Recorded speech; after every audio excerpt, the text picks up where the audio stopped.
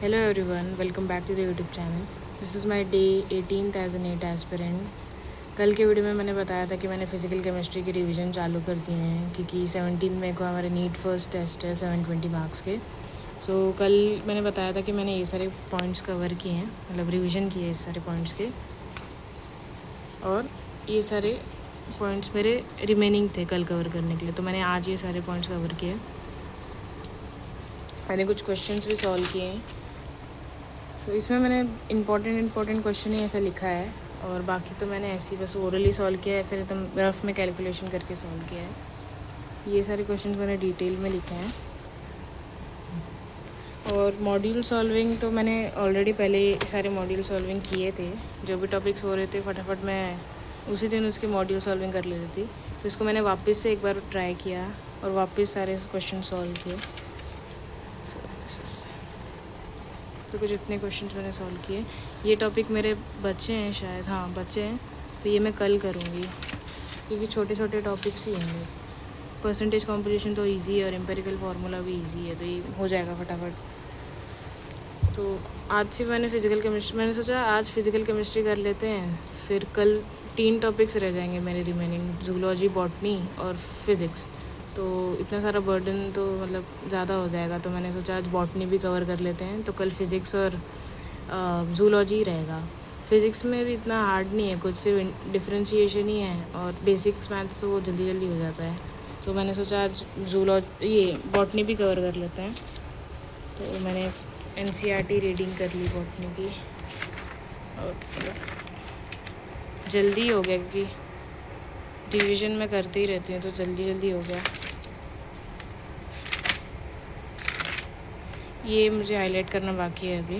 तो अभी आज हम लोग ने सेल वॉल पढ़ा, तो सेल वॉल का मैंने रीड कर लिया है, मेरे को बस हाईलाइट करना बाकी है। मेरा बॉटनी भी कवर हो गया और फिज़िकल केमिस्ट्री भी ऑलमोस्ट कवर हो गया है। फ़िज़िक्स वैसे कल कोई लेक्चर नहीं है, तो कल फ़िज़िक्स में तो जल्दी हो जाएगा। और जूलॉजी तो मैंने ऐसा टेबल बनाया है, मैंने इसका पोस्ट भी डाला था। तो ये टेबल मैंने बनाया है, तो इसको रिवाइज़ कर लूँगी। 10 मिनट का काम है, ये भी हो जाएगा। आज लेक्चर्स थे, फिज़िकल केमिस्ट्री का एक लेक्चर था और बॉटनी का था। तो फिज़िकल केमिस्ट्री पहले बॉटनी था, तो बॉटनी में हम लोग ने फंक्शंस ऑफ सेल मेम्ब्रेन पढ़ा। आज then transport across membrane, then cell wall, ये सारी चीज़ें हमने आज पढ़ी। और कुछ नीट के सवाल भी किए जो कि ईजी थे, लाइक उतना कुछ हार्ड नहीं था, सारे क्वेश्चंस बने मेरे। और दैट्स इट। फिज़िकल केमिस्ट्री में हम लोग ने आज गैस लॉस पढ़ा।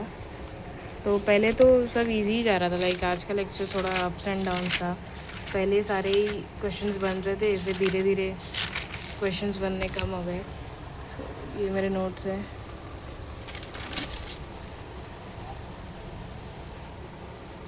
ये मुझे समझ में नहीं आया, एक तो ये एडवांस का था और थोड़ा दिक्कत कर रहा था सॉल्व करने में, तो इसको मैंने आधा ही किया है, मेरे को करना है। और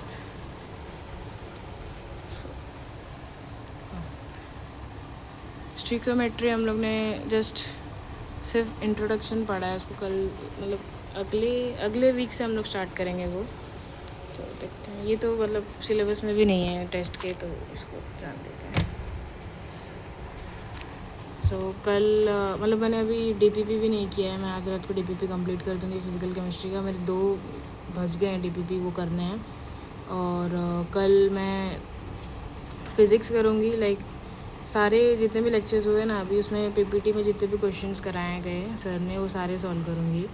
और मॉड्यूल के सॉल्विंग तो ऑलमोस्ट हो ही गए हैं सारे, तो उसको एक बार गो थ्रू कर लूँगी तो हो जाएगा। देन जूलॉजी भी मतलब एनालिडा तक ही करना है जूलॉजी का, तो वो भी हो जाएगा जल्दी क्योंकि जनरल कैरेक्टरिस्टिक तो हम लोग को आते ही हैं। मेन है फिजियोलॉजी एंड सम की पॉइंट्स, तो वो सब जल्दी हो जाएगा।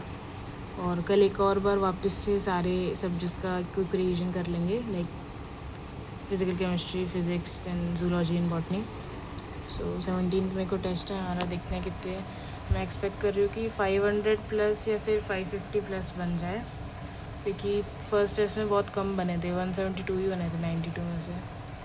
सो देखते हैं कितने बनते हैं। So that's it, this was how my day 18th as an 8 aspirant look like.